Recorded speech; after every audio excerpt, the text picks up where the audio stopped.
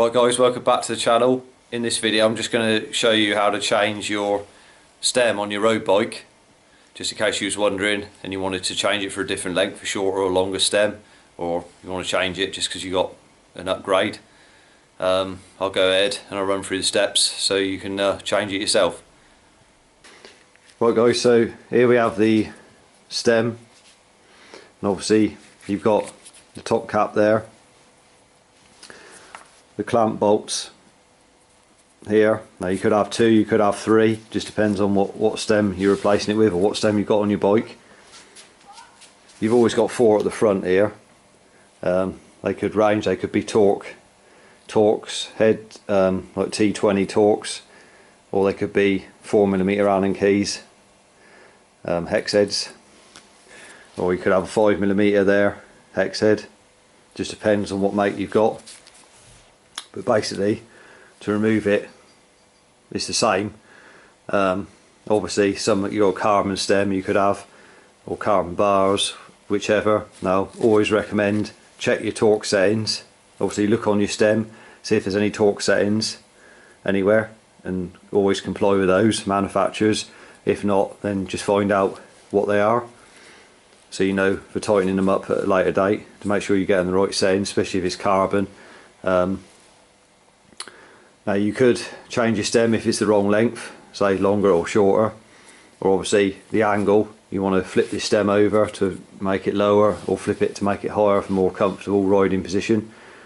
Say you're older or something and you just want to flip the stem so it's you got more angle on it, so you're not leaning over, bent over so far to reach the drop, say, or whatever. You know, you just more of a comfortable riding position. Or you want to flip it over to make it flat. They are reversible, so you can play around with that. Now, or you want to take it off, say for cutting your steerer down, because you want to get rid of some spacers. Obviously you can get rid of a spacer and put it on the top of there and then put the top cap back on, but you can do that, but you got to be aware of the clamping, where the force is. Then on your on the steerer itself, obviously your plug inside, your star nut, or if you've got a compression plug, obviously swapping them spacers to the top of here isn't a good idea, because when you're clamping this up, the more height you've got on there, it's not reaching down as far inside the plug. Obviously if it's set to be like with just the top cap or a 5mm spacer here only, and you've got like a stack of spacers on there like this, then obviously that's a bad idea, because this isn't clamping up, especially if you've got a carbon steerer tube. Then obviously this isn't clamping up on the compression plug inside, so you're liable to crush the steerer tube, or it snap off if you're riding down the road, the worst case scenario. But obviously you can go ahead and take off your accessories off the bar if you have to, because obviously some stems, depend on what it is, some you can unbolt the face plate and it's a straight swap onto the handlebars, whereas other stems that you'll get, I'll just grab one for like this, just because they're both Ritchie stems. Obviously you see there, that doesn't fit over there, as you can see, so just be careful of that when you're buying something, that it does actually fit on there. This is still a this is still a 31.8 diameter, millimeter diameter, exactly the same as this, but it's just the way it opens up, doesn't allow for you to slot it on, like as easy as that, whereas some unbolt and they allow you just to put it back on and put the plate back on like so. So that's just something to be aware of. Just because it's the same manufacturer doesn't mean it's gonna fit. Obviously some have two, like I said, bolts there, some have three, like so. Just depends on what it is. But I say again, the fitment idea is basically, you know, the same. So we go ahead and we get stuck into it. Right, so first of all, what I'm going to do is just undo the 4mm hex heads here, just so as we got them cracked undone. Now once you cracked them undone, just work in a crisscross pattern to crack them undone, and then you can take them out one by one after you've got them started, you got them going, and then you can hang the handlebar. You can just take the handlebar off and hang it down for the time being.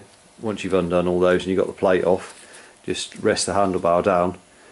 You don't need the bike on a stand to do this, you can just stand it on the floor and do it. So it's just I've got it on the stand just for the time being, but I'll be putting it on the floor in a minute. So get these undone, work obviously the crisscross pattern to undo them as well as do them up. But I get those undone first and get the plate off, and then you can hang the bars down. Right, so once you remove the plate off of the stem, then you're ready, you can pull the handlebars out towards the front. Obviously if there's any corrosion you see on the handlebar or anything like that, make sure you clean it all off before refitting any of the bars, because you might get some corrosion if you've been riding your bike in the winter, or salt or anything, because when you take this off obviously it can get in there, so you better off clean it all off on the handlebar before refitting a new stem and that. And obviously if you want the bars back in the same position that you had them before, when the bike's on the floor, then you can obviously make some measurements off the floor to the bottom of the drops or tops of the hoods, things like that, so you know obviously when you refit it on the floor you can remeasure and adjust it before you tighten everything up. Obviously if it's like that, I've just got the bar unwrapped there because like I said earlier, I'm fitting a stem that you can't fit over here because it won't fit, so you have to fit it from further back near the hood and it'll slide on. But you don't have to worry about that. If you're unsure, then you can just try it on your bar here. If it doesn't fit on there, then it's not going to fit here. So obviously that's the only reason I've got the handlebar tape unwound, because the stem will not clamp on straight onto there. I'll say once you've got it like that, you can go ahead and just pull your bars off like that, then you can leave them hanging for a minute. And the best thing to do if you've got the bike on the stand like this is put the bike on the floor, because obviously when you go ahead and remove the stem, there's nothing stopping the fork dropping straight out of the bottom, so you're better off with it with the weight on the front wheel. Right, so once you've got your front wheel on the ground, then you could just go ahead and undo your stem clamping bolts there either side. Obviously do them a bit at a time, side to side. Keep alternating them until the stem's loose, so go ahead and do that next. Right, so once the stem's loose, like so, now you've undone the clamping bolts, you're ready just to undo your top cap there. So you should just be able to undo that. You can undo that all the way out, like so, and remove it. Then once you remove that from the bike, you go ahead, you just slide your stem off, like so. Obviously you can have it pointing upwards, it depends which way you want it. You can have it angled up like so, like you see there, or you can turn it over like so. Now obviously it'll be, when it goes on that way, it'll be flat like so. So that's the difference. If you flip the stem, so you can have it more comfortable. If you haven't got enough space to say and you want to gain some extra height, you can just flip the stem over and then you'll gain extra height. Or if you want it more of a racy position, you can just flip it back and it'll be flat then. Obviously it's personal preference.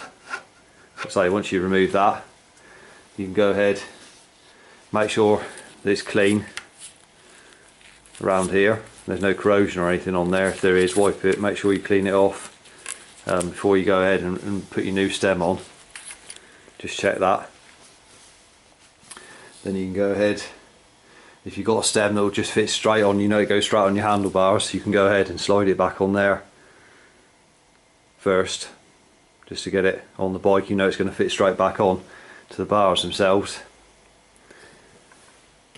And if you've got one that you know is not going to fit on your bars, then it's time to put it on the handlebar, put it onto your handlebars. Right guys, once you're ready to refit your stem, whatever you're replacing it with, you just go ahead and slide it in position like so for now. Don't worry about tightening up the bolts yet. And then you go and get your your stem top cap, like so. Then go ahead, you can put that back on. Obviously if you've got a spacer, a 5mm spacer above it, don't forget to put that back as well. And then put your top cap on. So if you've got carbon fibre or whatever and you've got a spacer, go ahead, put that in. And then get whatever size hex head it is, either 5mm, 4mm, whatever you've got. Just go ahead and get that nip down. Obviously make sure that your fork is in the right place with the bearings lined up, obviously the weight on the wheel, before you go ahead and tighten that down. Make sure your stem's pushed down and the bearings are actually located top and bottom before you go and try and set them. So obviously tightening the top cap up is what's setting your setting the bearings. So we go ahead and nip that up for now, like so. Then what we do is just leave that nipped up so everything's together, and then we go ahead and we get the handlebars lifted back in place and put back up. Like I said, if you're using a stem that needs to go over there first and then slide across, obviously you have to cut off your tape to allow your cables to move out of the way. Then you can slide the stem over this way, and then obviously before putting it on the bike you need to slide it over, and then it'd already be on the handlebars, and put the clamp on, and then you can just nip them up, the bolts just hold it in place so it's not going to fall off, and then you can sit it back over the fork steerer. But if you're just fitting a stem that you know it goes straight back on, you can put it on there first, and then obviously put your face plate on there and just get it nipped up so you're just holding the bars in place. Then you can go ahead, if you've, like I said earlier, if you measured from the ground up to the bottom of the drops or anything, or the top of the hoods, then you go ahead and set that up while you've just got them, while you've got the faceplate nipped up on there, so you can still adjust the bars up and down, like so. So we go ahead, we'll get that faceplate nipped up. Right, so once you've got your stem faceplate bolts there clamped up and you're happy with the position of the bars, or exactly where you want them, it's all personal preference, but just leave them nipped up for now. We go ahead and we torque them up afterwards. As long as they're tight enough, just hold the bars. Obviously you want to do them up in a crisscross pattern.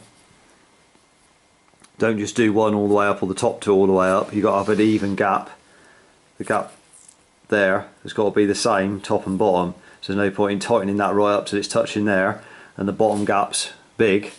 You've got to have the gap even.